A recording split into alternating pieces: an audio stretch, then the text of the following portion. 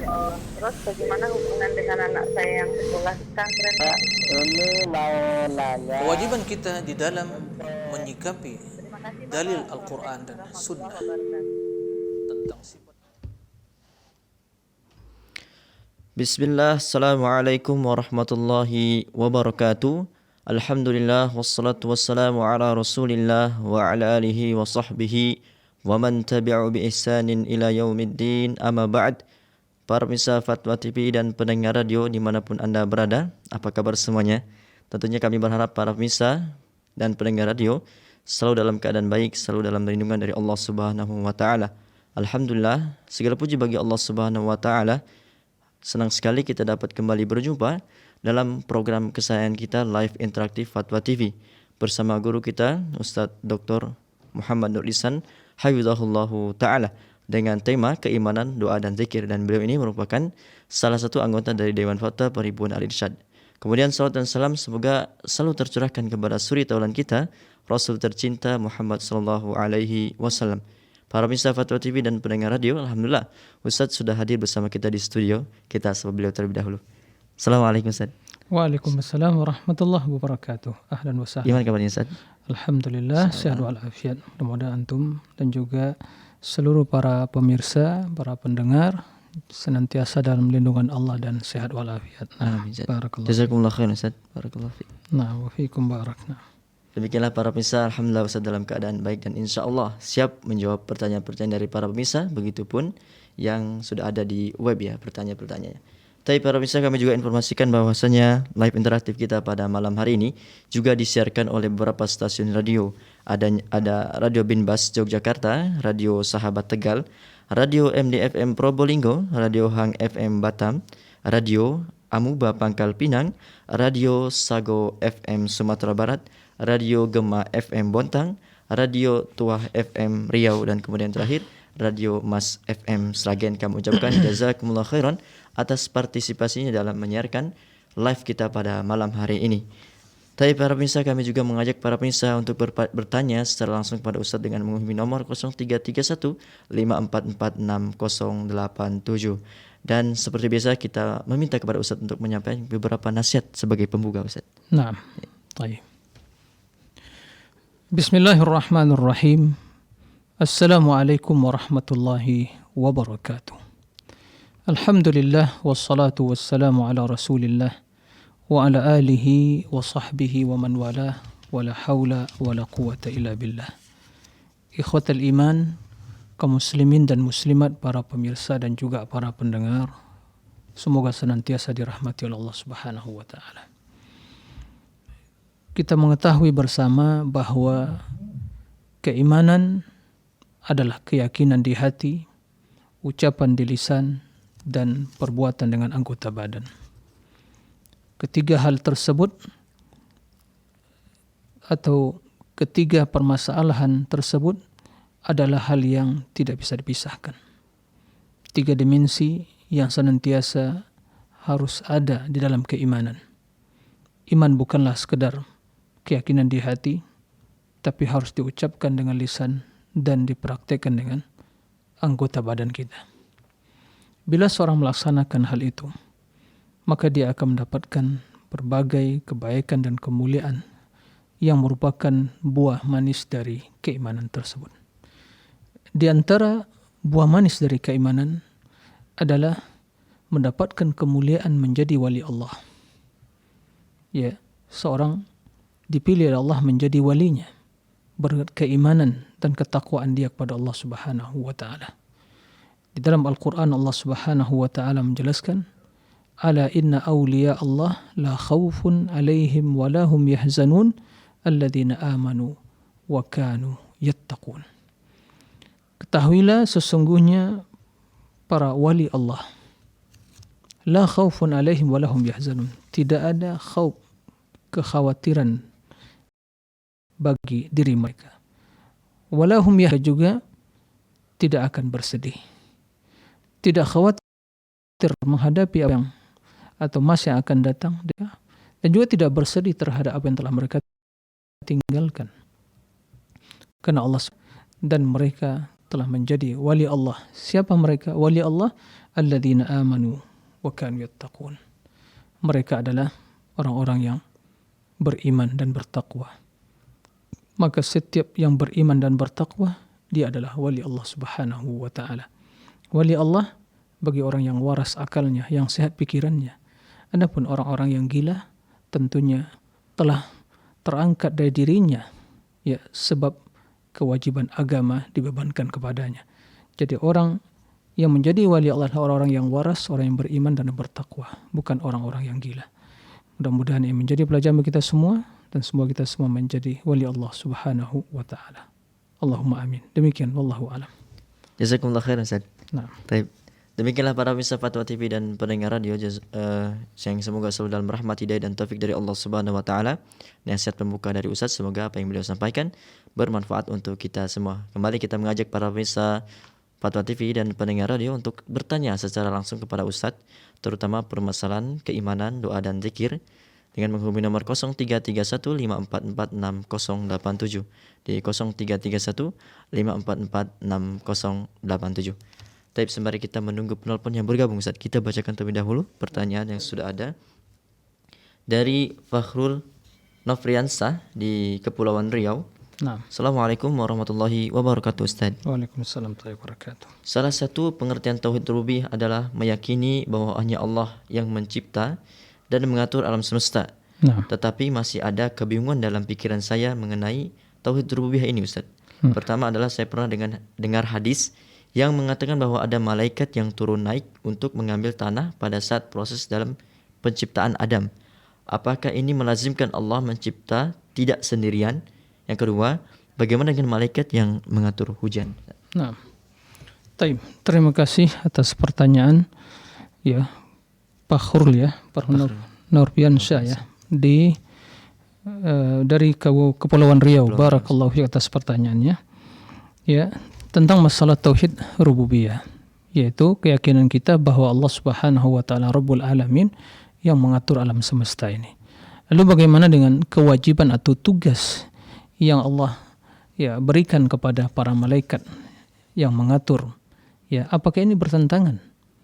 Ya, sama sekali tidak bertentangan. Bahkan itu menunjukkan kepada kekuasaan Allah Subhanahu wa taala bahwa Allah melakukan apa saja yang dikehendakinya.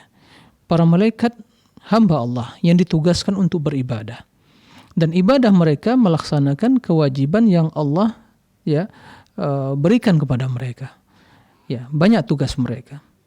Ada yang mencatat amal atau perbuatan dan perkataan manusia, ada yang juga menjaga manusia, ada juga yang menurunkan hujan, ada yang memberikan atau meniupkan roh ya pada janin dalam rahim ibunya, dan berbagai tugas malaikat. Ada yang mencabut roh, ada yang menjaga surga, ada yang menjaga neraka, ada yang meniup seruling sangkakala dan seterusnya.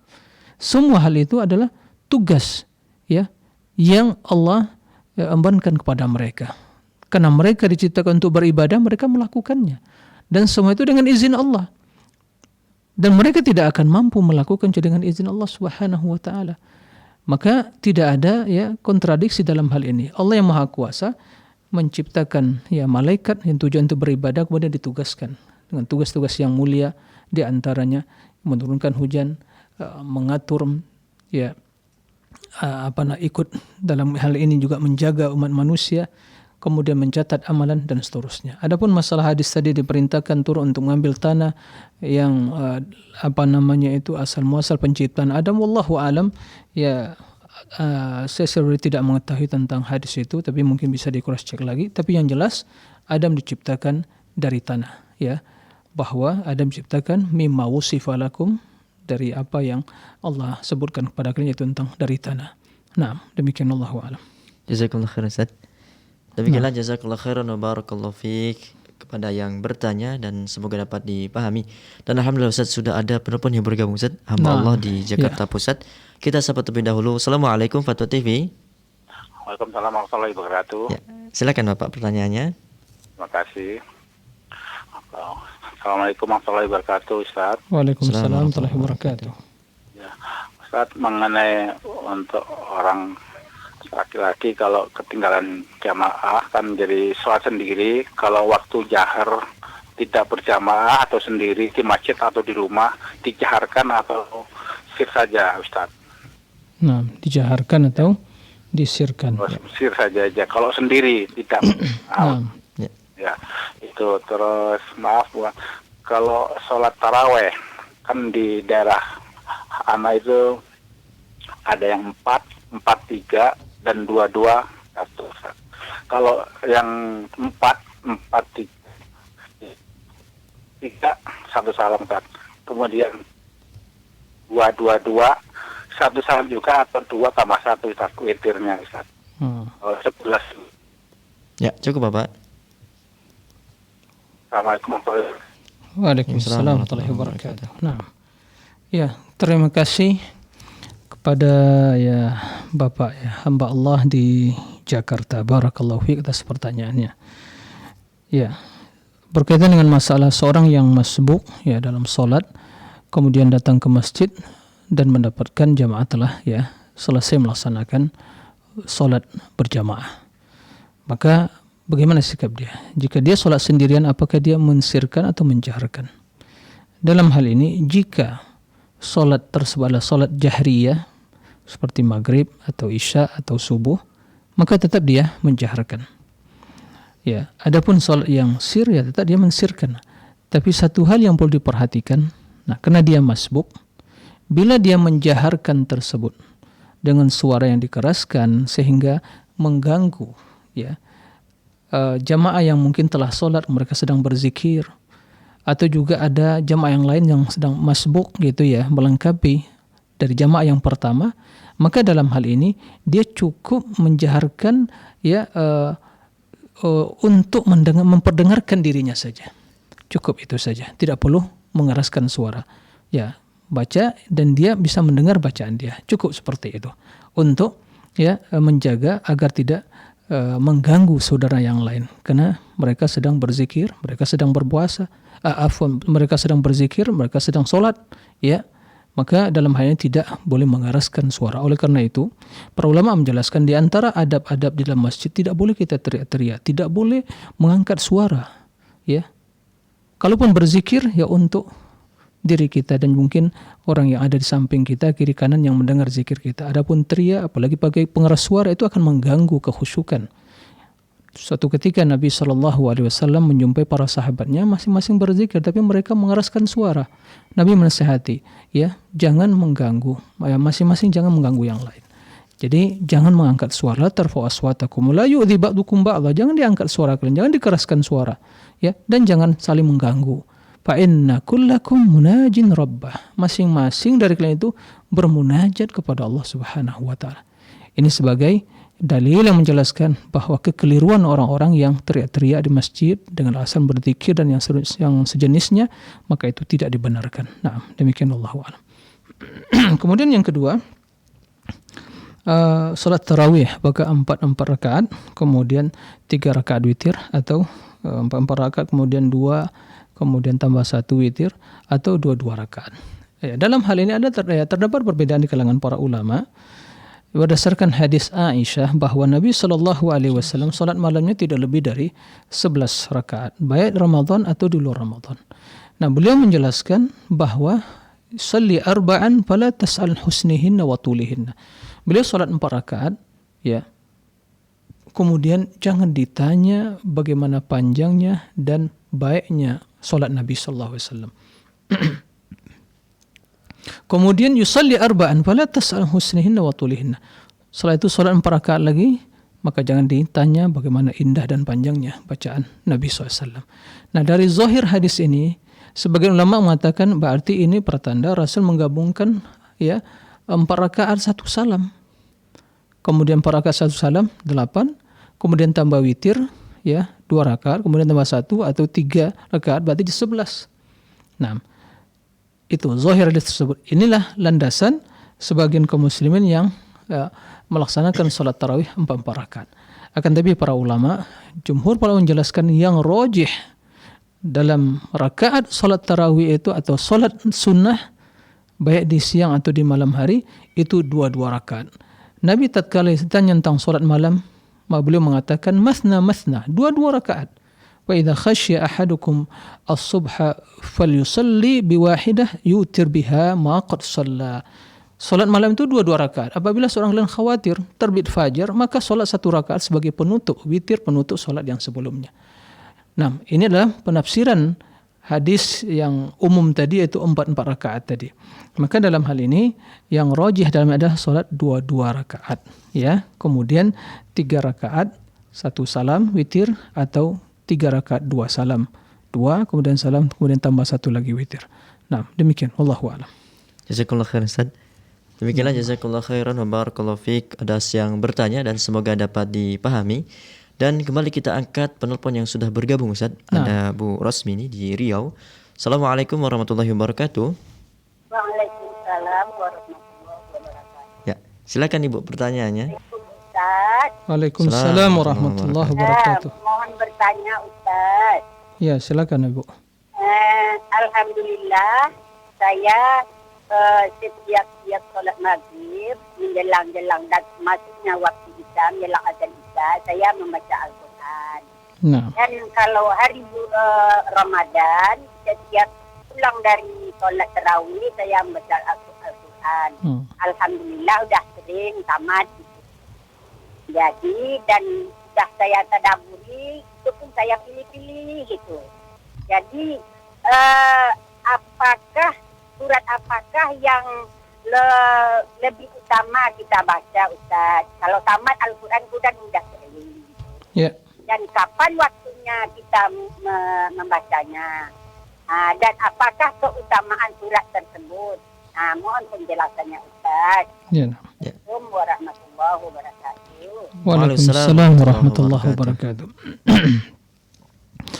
Ya, terima kasih banyak kepada Ibu Rosmini di Riau. Barakallahu fiik. Mudah-mudahan Ibu senantiasa istiqamah ya membaca Al-Quran, dan semoga kita semua menjadi ahlul Quran. Ahlul Quran, ahlullah wa khassatuh. Ahli Quran, orang baca Al-Quran itu adalah orang-orang yang menjadi keluarga Allah dan yang spesial di sisi Allah. Ini sebagai pertanda kemuliaan. Dan ahli Quran tersebut orang yang membaca Al-Quran, mentadabur Al-Quran, dia membaca, menghatam berulang kali, selesai 30 juz, baca lagi dari awal, begitu seterusnya. Ya, Al-Quran bagian dari hidup yang tidak bisa dipisahkan dari kehidupan dia. Kapan dia membaca? Ya, tentu seorang lebih ya mengerti kondisi dan keadaan dia. Dia bisa menentukan ya schedule, ya waktu kapan dia membaca. Dia punya targetkan 1 hari misalnya ya 1 juz. Dia bisa membagi 5 waktu, misalnya setiap 5 waktu atau setiap penghujung solat di 5 solat fardu yang 5 waktu tersebut mungkin dia baca mungkin 2 halaman, misalnya 2 halaman ya timbal balik. Maka dengan demikian ya 5 solat berarti dah 10 halaman timbal balik dah 1 juz begitu. Nah, jika itu dia lakukan rutin, maka sungguh hal yang luar biasa. Nah, maka semoga Allah ya menerima ibadah Ibu Rosmini baca Al-Quran dan menjadi ahlul Quran, dan kita semua juga semua dibimbing oleh Allah menjadi ahlul Quran. Lalu apa yang lebih utama dibaca dalam hal ini? Ya, banyak ayat-ayat yang tentu menjadi keutamaan ya. Al-Fatihah merupakan ayat yang mulia. Ya, kemudian surat yang paling mulia adalah ayat kursi. Kemudian juga keutamaan juga surat Al-Kahfi di hari Jumat. Kemudian surat Tabarak ya di waktu sebelum tidur. Membaca juga surat Muawwidzatain ya. Semua itu ayat-ayat yang luar biasa ya. Semua kalamullah adalah perkataan yang utama, yang mulia. Maka silakan Ibu baca ya. Bahkan kebiasaan yang dilakukan tadi menghatamkan diulang. Begitu selesai sampai surah An-Nas diulang lagi dari pertama. Dan alangkah baiknya mungkin ada di samping kita mungkin terjemahan membantu sedikit banyaknya kita bisa merenungi, menghayati maknanya. Jadi saya harapkan tidak perlu mengkhususkan surah-surah tertentu kecuali di waktu-waktu yang ada ya pengkhususan seperti itu. Jadi di waktu pagi membaca zikir pagi di antaranya ya qul huwallahu ahad, qul a'udzu birabbil falaq, qul a'udzu binnas 3 kali. Sebelum tidur juga setelah membaca ayat kursi baca juga ketiga ayat tersebut sembari meniupkan ke telapak tangan kita kemudian mengusap sekujur tubuh kita. Ya, kemudian di waktu sholat subuh 2 rakaat sebelum sholat subuh di antara sunnah Nabi adalah membaca di rakaat pertama Qul ya ayyuhal kafirun, rakaat kedua Qul huwallahu ahad. Begitu juga sholat sunnah ba'da maghrib Qul ya ayyuhal kafirun, rakaat pertama Qul huwallahu, rakaat kedua. Di waktu ya sholat imam di waktu sholat Jumat juga ya diutamakan atau mungkin membaca sholat dalam rakaat pertama Sabbihisma rabbikal a'la, kedua hal ataka haditsul ghasyiyah.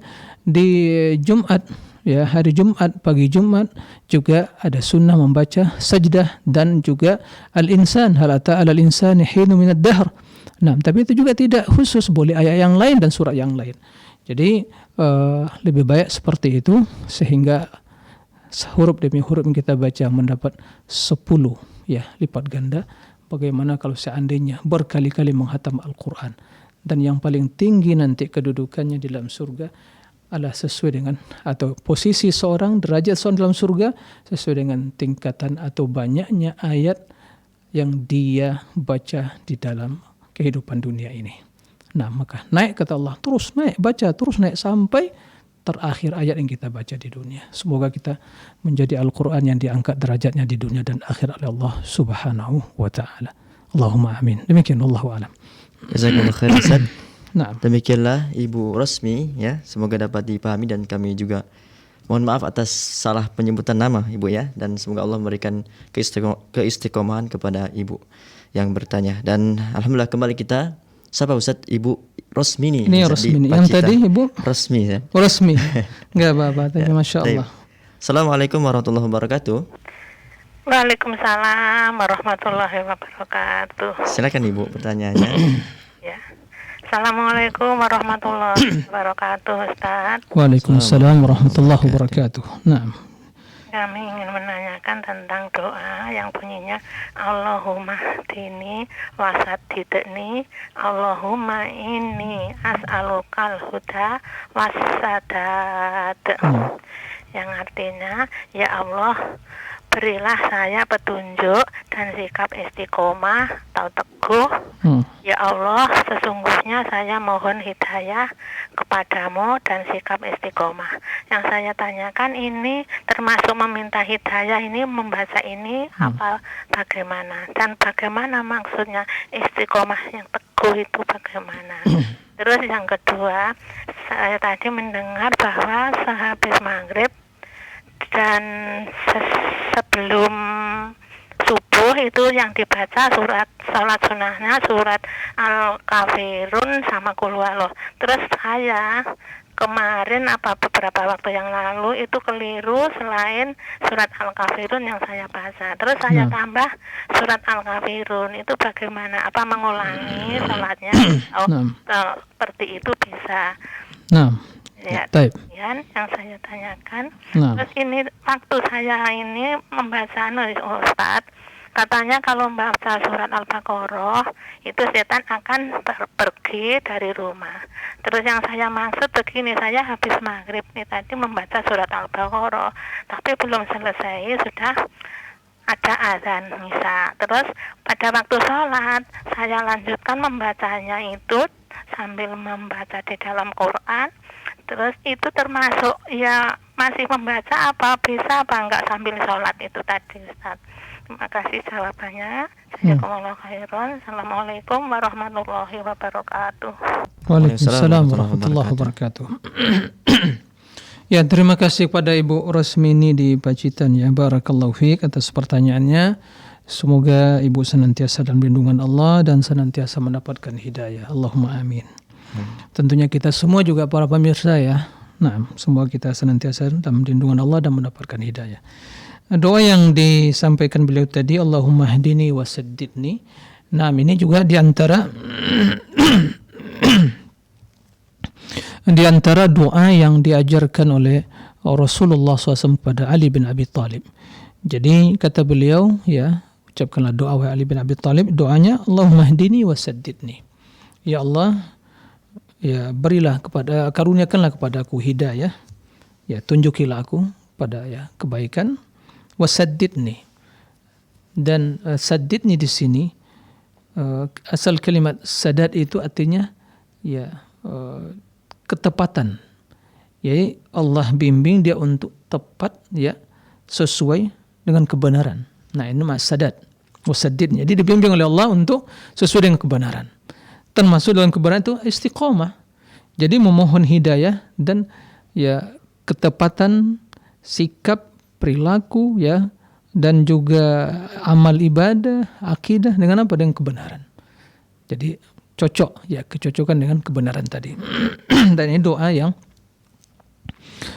baik untuk dibaca, apalagi kita sangat membutuhkan hidayah. Sampai Nabi SAW memberikan permisalan, tatkala kamu memohon hidayah dan as-sadat tersebut, maka engkau hadirkan ya bagaimana seorang ingin melepas anak panahnya dari busurnya, maka di situ dia memiliki tujuan ya, tujuan dari yang ingin dituju dengan anak panah tadi. Nah, berusaha seorang tepat sasaran tadi. Jadi tepat sasaran kita dalam hidup ini sesuai dengan kebenaran, sesuai dengan al-haq, Al-Quran dan hadis. Karena banyak orang tidak tepat. Dia ingin dapat hidayah tapi tidak tepat. Tidak sempurna hidayah. Bahkan ya tidak tepat, maka jauh dari hidayah. Dia ingin baik, ya, tapi ternyata tidak begitu jalan kebaikan. Dia ingin berzikir tapi tidak cocok dengan cara zikir Nabi. Begitu. Nah, ini yang harus kita panjatkan kepada Allah. Allahumma inni as'alukal huda wassadat, ya sama artinya. Lalu bagaimana istiqamah yang betul?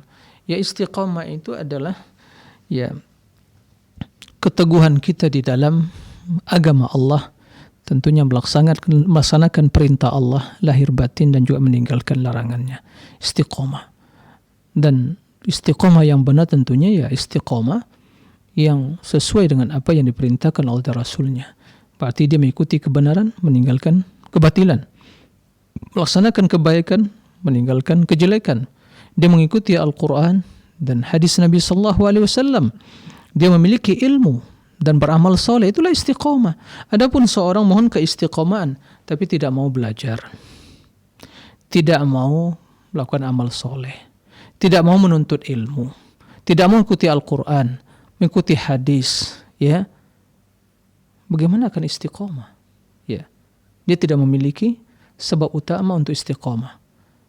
Yang dia jadikan landasan beragama, tradisi dia, budaya dia, ya, warisan turun-temurun nenek moyangnya, ya. Tidak mau baca Al-Quran, bayangkan, mau istiqamah, tidak mau baca Al-Quran, mustahil. Karena Al-Quran kitab istiqamah. Ya. Maka harus baca Al-Quran, baca hadis, berdoa kepada Allah untuk keistiqomahan. Nah, di atas amal soleh, di atas ilmu yang benar, dan juga istiqamah di atas ya kecintaan, pengagungan kepada Allah. Jadi hati kita harus ya terus dipupuk kecintaan sehingga tumbuh menjadi subur dan bersemi. Nah, adapun tadi masalah surah Al-Baqarah, betul bahwa surah Al-Baqarah dan takwa utamanya adalah bila dibacakan surah Al-Baqarah di rumah tersebut, maka syaitan akan lari, akan minggat dari rumah tersebut. Nah, bagaimana dengan kondisi tadi dia membaca Al-Quran, Al-Baqarah tidak selesai, kemudian begitu datang waktu sholat dilanjutkan membaca yang kelanjutan dari surat Al-Baqarah, kemudian begitu selesai membaca lagi, ya tidak ada masalah, termasuk ya membaca surat Al-Baqarah sampai selesai. Nah, demikian, wallahu a'lam.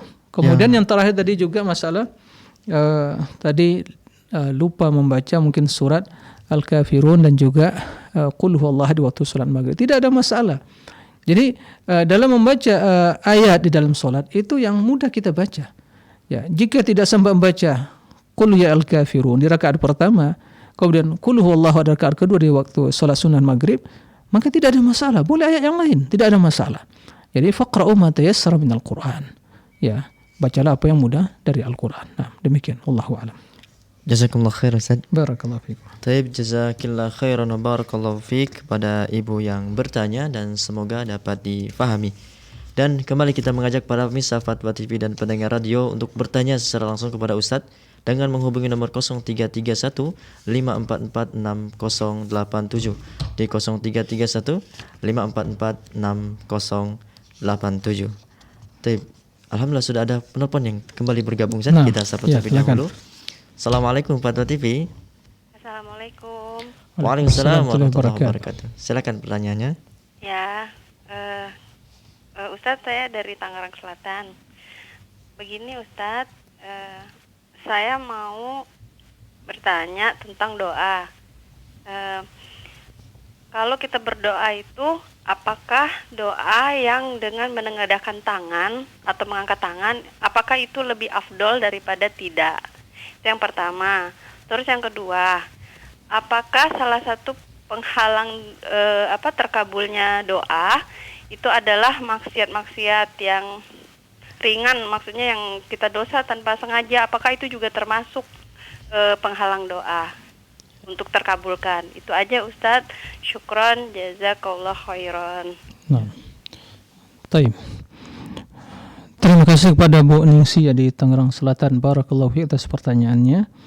Jadi di dalam berdoa apakah termasuk ya adab dalam berdoa? Tata cara berdoa adalah mengangkat tangan. Naam. Jadi mengangkat tangan di dalam berdoa itu merupakan salah satu ya tata cara dalam berdoa, ada adab dalam berdoa ya. Kecuali ya pada posisi dan tempat yang tidak disyariatkan mengangkat tangan, seperti di waktu seorang ya berdoa di waktu ruku ya, waktu sujud, atau di waktu ya i'tidal gitu ya, dan tasyahud di penghujung sebelum salam, maka dan sujud, maka itu ya tidak disyariatkan mengangkat tangan karena memang tidak diriwayatkan dari Nabi sallallahu alaihi wasallam. Nah, adapun berdoa di selain itu, terutama dalam posisi yang ya betul terdapat riwayat menjelaskan Nabi mengangkat tangan, seperti di waktu doa istisqa ya seperti itu, dan doa di waktu Rasulullah SAW ya di Arafah. Nah, jadi secara umum adalah mengangkat tangan itu adalah sunnah, disunnahkan, bahkan merupakan di antara sebab-sebab dikabulkannya doa. Dalam hadis sebutkan, innallaha yastahi minal abdi idza rafa'a yadayhi tsumma yaruddahuma sifra. Allah malu. Sifat malu itu ya bagi Allah sesuai dengan kebesaran keagungannya. Ya. Jadi Allah betul mengagungkan dan memuliakan hamba yang berdoa. Maka begitu dia mengangkat tangan, ya, kemudian ditolak dalam keadaan hampa, ya, sifur, berarti tidak diterima.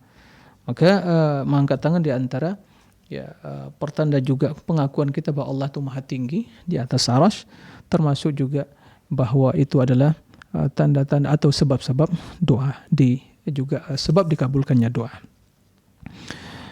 Kemudian banyak hal penghalang ya dari diterimanya doa, di antaranya adalah makanan yang haram, ya, makanan yang haram. Bersihkan makanan kita, ya, pakaian ya yang dipakai, makanan minum yang dikonsumsi itu harus bersih, karena Allah itu baik, maha mulia, tayyib, la yaqbalu illa tayyibah, kecuali yang baik-baik saja yang diterima oleh Allah Subhanahu wa taala.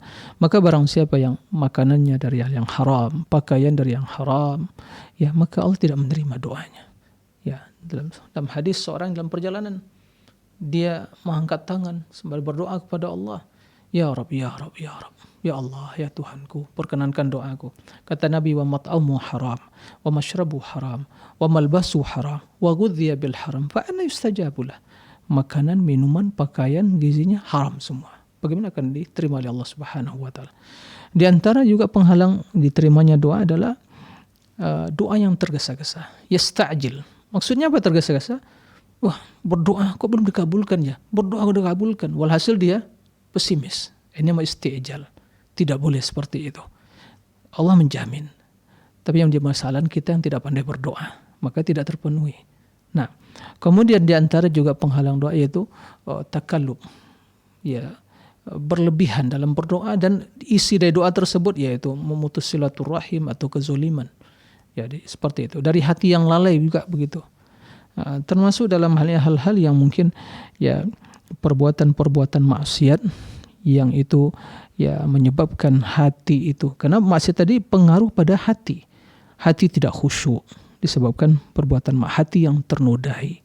Maka dia sulit untuk khusyuk sehingga memiliki efek yang negatif terhadap diterima dan dikabulkan doanya. Nah, dan ini sangat jelas sekali dari ya hadis Nabi SAW bahwa atib mat'amak tustajab da'watuk, perbaiki makananmu. Tatkala seorang berbuat dosa dan maksiat, maka hatinya jelas akan ternodai. Begitu hati ternodai, maka dia sulit untuk berdoa secara khusyuk yang menyebabkan doanya akan tertolak atau tidak diterima. Nah, demikian Allahu a'lam. Jazakallahu khairan Ustaz. Demikianlah jazakallahu khairan barakallahu fiik atas pertanyaannya dan semoga dapat difahami. Dan kembali kita bacakan Ustaz pertanyaan yang sudah ada Ustaz. Nah, Dari Heni Utari di Jawa Barat. Assalamualaikum warahmatullahi wabarakatuh Ustaz. Izin bertanya, jika kita ingin memanfaatkan waktu di sepertiga malam dengan sholat tahajud untuk berdoa, kapankah waktu yang tepatnya? Apakah ketika posisi sujud ataukah ketika selesai sholat? Lalu bolehkah berdoa dengan bahasa sehari-hari kita, bahasa Indonesia? Jazakumullah khairan Ustaz. Taib. Terima kasih kepada saudari Heni Utari ya, di Jawa Barat. Barakallahu fiik atas pertanyaannya. Jadi di waktu sholat tahajud, waktu kita ingin berdoa di sepertiga malam terakhir, apakah di waktu sholat, waktu sujud, atau selesai sholat? Ya, dalam hal ini keduanya baik. Ya, keduanya baik. Tapi tentunya di waktu sholat lebih afdal. Kenapa demikian? Karena di waktu sholat seorang hamba telah betul-betul mempersiapkan dirinya untuk bermunajat kepada Allah. Dari awal dia memuji Allah, mulai dari dia takbir, kemudian baca istiftah, kemudian alhamdulillah, kemudian dia ruku, dia sujud, kan begitu, kembali berdoa, kemudian di penghujung solatnya dia juga setelah tasyahud baca salawat. Jadi lengkaplah ya, pujian-pujian dan juga salawat pada Nabi. Maka di waktu sujud dia berdoa, maka tentu lebih utama. Di penghujung solat juga sebelum salam dia berdoa, tempat-tempat yang mustajab. Nah, jika tidak bisa dia maksimalkan, kemudian dia selesai solat, maka sembari menunggu terbitnya fajar, ya itu di waktu-waktu sahur, maka berdoalah, perbanyak istighfar. Istighfar itu waktu yang paling utama untuk beristighfar. Wabil ashari hum yastaghfirun. Orang beriman itu waktu-waktu sahur mereka beristighfar. Wal mustaghfirina bil ashar, dan mereka istighfar di waktu sahur. Kenapa demikian? Karena Allah berjanji. Allah telah mengatakan, siapa yang memohon keampunan, man yastaghfiruni fa aghfirulah, man yad'uni fa astajibulah, man yas'aluni fa a'tiyah. Siapa yang memohon keampunan, aku akan ampuni, kata Allah Subhanahu wa taala. Siapa yang berdoa kepadaku, aku kabulkan. Dan siapa yang memohon kepadaku, akan aku perkenankan, aku beri permohonannya. Jadi insya Allah dalam hal ini fleksibel ya, berarti seandainya kita merasakan kekhusyukan betul dalam waktu sujud itu, ya manfaatkan banyak berdoa. Jika tidak, mungkin di waktu sholat seorang merenung, menghayati, mengintrospeksi dirinya, kemudian datang kekhusyukan hatinya, lalu dia berdoa, bermunajat kepada Allah, maka itu yang lebih baik. Adapun masalah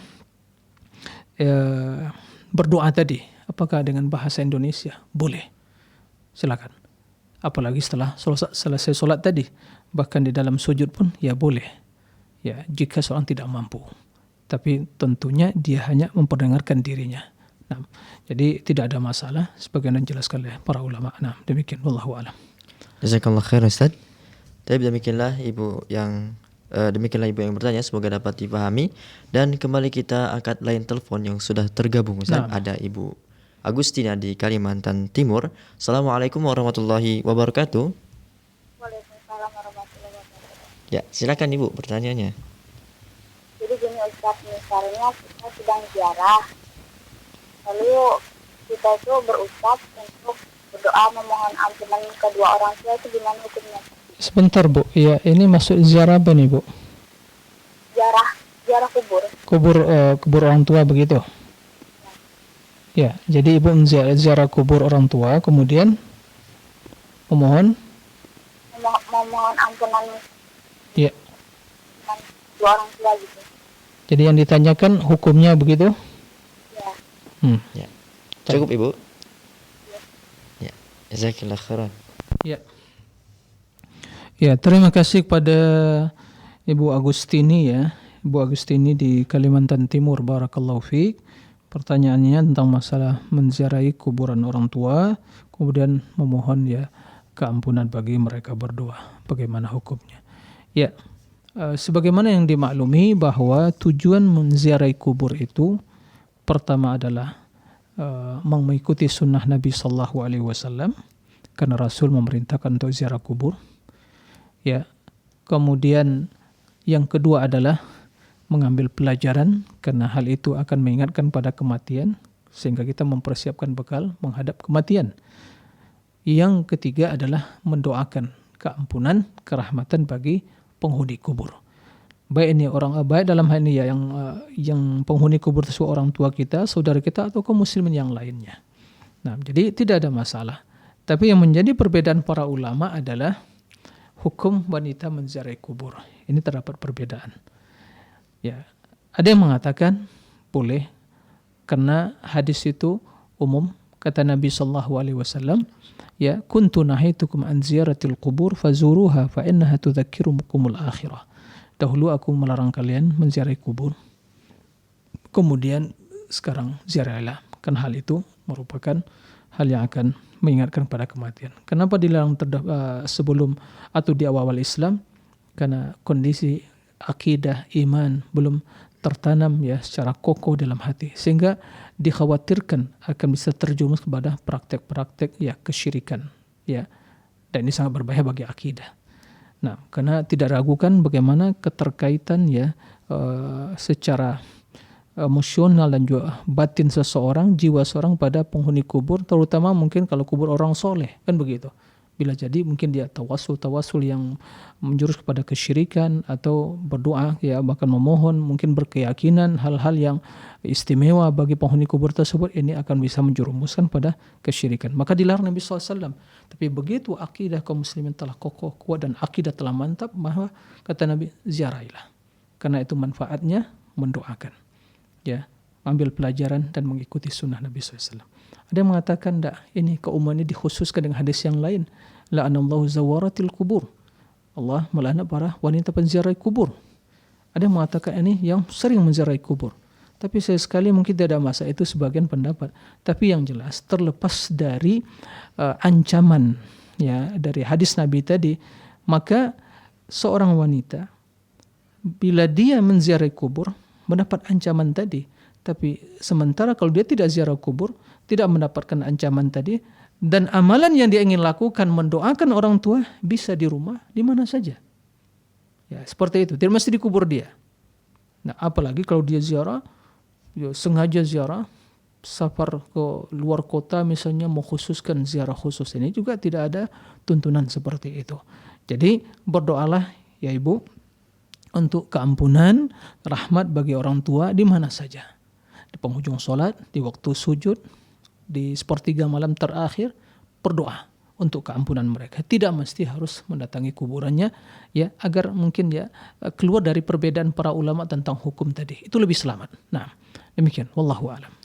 Jazakallah khair Ustaz. Demikianlah ibu yang bertanya, semoga dapat dipahami dan semoga Allah selalu memberikan hidayah dan taufik kepada ibu yang bertanya, keluarga dan para pemirsa semuanya.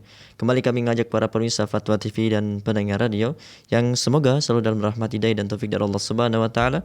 Pada Anda yang ingin bertanya langsung kepada Ustaz, Anda dapat menghubungi nomor 0331 544 6087 0331 544 6087. Tapi Ustaz, kembali kita bacakan pertanyaan yang ada di web dari Bapak Alibaba di Yogyakarta. Assalamualaikum warahmatullahi wabarakatuh Ustaz. Izin bertanya, doa yang dipanjatkan dalam sholat selain bacaan sholat, apakah dibaca dengan bersuara atau dalam hati Ustaz? Nah. Ya, terima kasih kepada Pak Alibaba ya di Jogja. Barakallahu fiik atas pertanyaannya.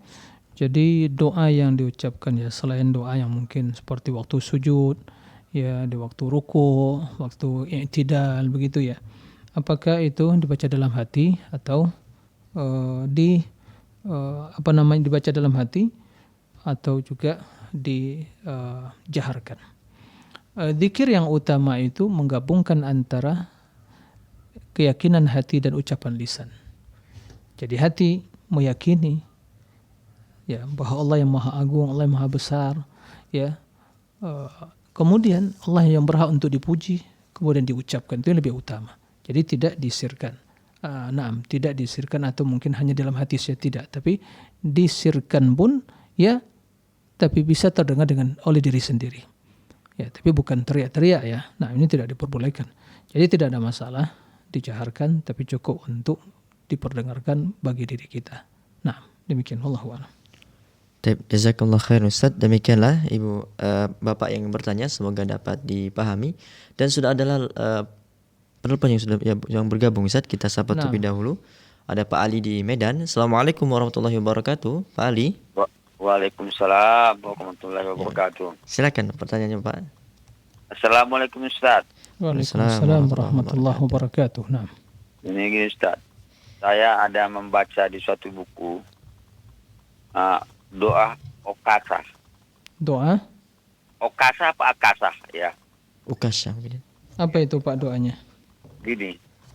Apakah itu sahih atau tidak? Karena begini katanya. Siapa yang mengamalkannya ini setiap malam Jumat, dia sebelum sholat 2 rakaat dia mandi dulu dengan wangi-wangian. Sudah itu habis sholat itu, habis mandi, sholat 2 rakaat. Setelah selesai sholat, dia membaca doa ini 5 kali, doa Okasa ini. Jadi siapa yang membaca itu katanya diamalkan, maka dia akan dimasukkan ke dalam surga. Jadi yang saya tanya, apakah itu memang hadisnya sahih atau bagaimana itu Ustaz? Jadi kita masih ragu untuk mengamalkannya. Mungkin Bapak bisa sebutkan sebagai redaksinya. Jadi Bapak hanya menunjukkan doa yang kuasa. Saya pertama mendengar Anda hafal juga ya. Coba mungkin apa sebagai redaksinya bagaimana bunyinya? Aku pun tak pada saya hafal Ustaz, karena ada diriwayatkan gitu. Jadi saya malas terus membacanya. Nantilah saya bagaimana apakah itu sahih atau tidak kan itu. Ya, terima kasih. Nah, barakallahu fiik atas pertanyaannya. Nah. Ya, cukup Bapak. Pak Ali, barakallahu fiik. Ya, cukup. Ya, seperti yang disampaikan Pak Ali tadi, doa Ukasha begitu ya. Kemudian di malam Jumat dia mandi wangi-wangian, kemudian sholat, kemudian ya membaca doa tersebut, kemudian masuk surga. Dari rangkaian ya, keutamaan atau tata cara tadi itu ada aroma ya kepalsuan gitu. Karena ya doanya sekian ya hanya Ukasha begitu ya, tapi tidak disebutkan redaksinya juga. Tapi itu Masya Allah keutamaannya langsung masuk surga. Ya, ini hal yang bukan ringan ya. Masuk surga, amalan yang keutamaan yang besar. Maka kata para ulama, Allahu a'lam, tapi ya tadi redaksi tidak disebutkan, bisa dicek lagi. Tapi sepertinya ya kita bisa mencium aroma-aroma kepalsuan gitu. Karena amalan yang kecil gitu, tiba-tiba pahalanya langsung masuk surga. Ya. Beda dengan waktu penghujung sholat, seorang baca ayat kursi, maka tiada yang menghalang dia masuk surga kecuali hanya kematian. Nah, luar biasa. Ya, seperti itu. Mangkana akhiru kalamin la ilaha dakhala jannah. Barang siapa yang akhir perkataannya dari dunia la ilallah, masuk surga.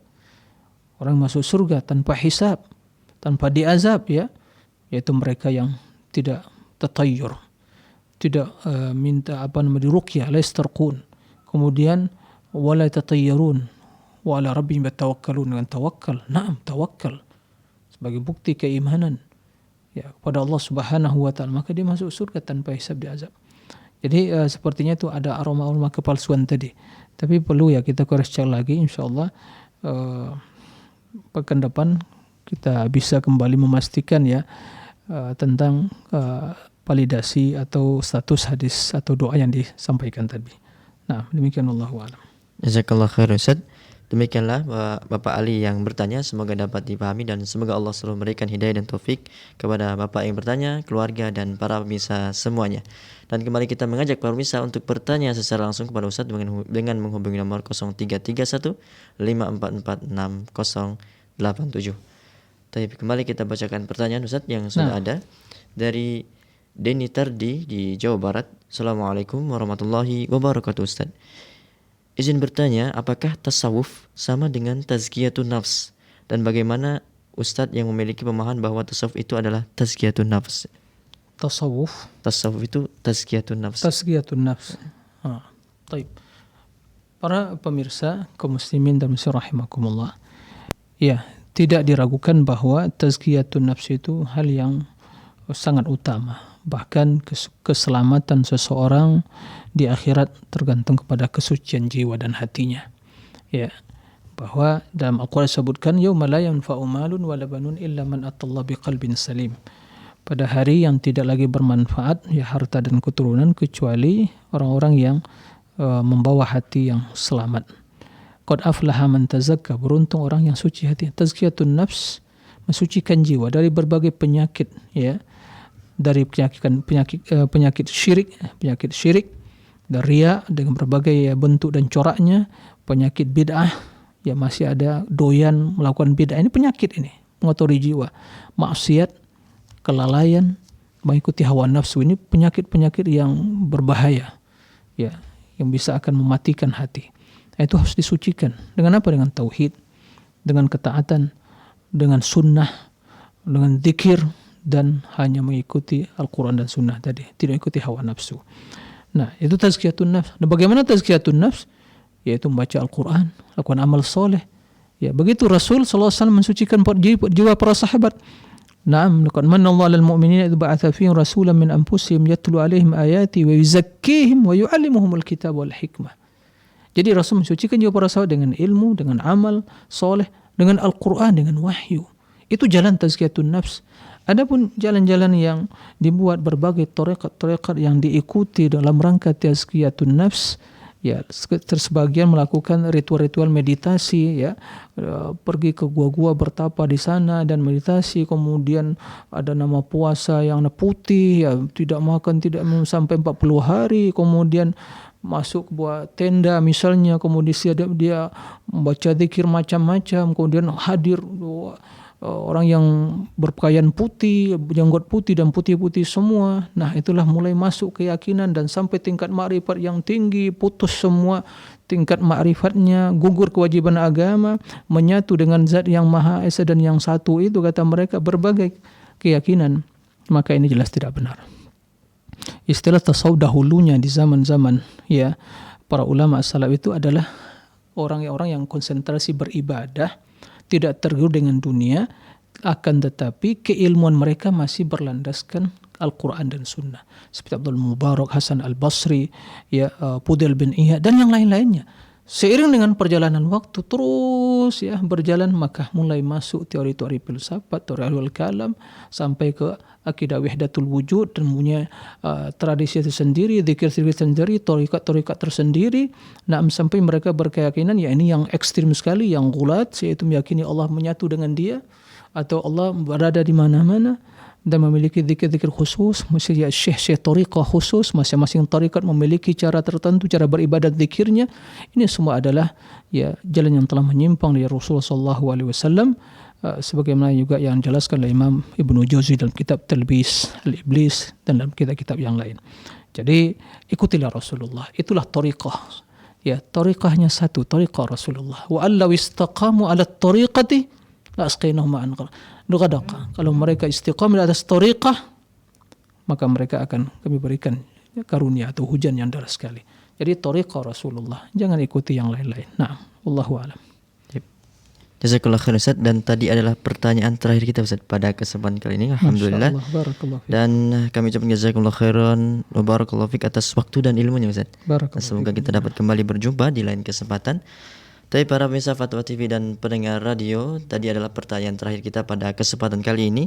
Kami memohon maaf kepada para penelpon yang mungkin tidak sempat kami angkat, dan pada pertanyaan-pertanyaan yang tidak sempat kami baca. Dan Anda dapat terus menyaksikan live interaktif Fatwa TV dari hari Senin hingga Jumat di Fatwa TV. Dan bagi Anda yang ingin mengetahui informasi mengenai Fatwa TV atau Dewan Fatwa Perhimpunan Al-Irsyad, Anda dapat mengunjungi website kami di www.dewanfatwa.com. Dan akhirnya semoga apa yang Ustaz sampaikan pada kesempatan kali ini bermanfaat untuk kita semua. Dan kita akhiri perjumpaan kita dengan doa kafaratul majlis. Subhanakallahumma bihamdika asyhadu an la ilaha illa anta astaghfiruka wa atubu ilaik. Wassalamualaikum warahmatullahi wabarakatuh.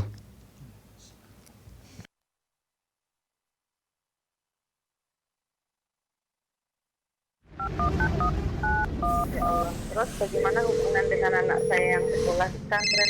Ini mau nanya. Kewajiban kita di dalam menyikapi dalil Al-Quran dan Sunnah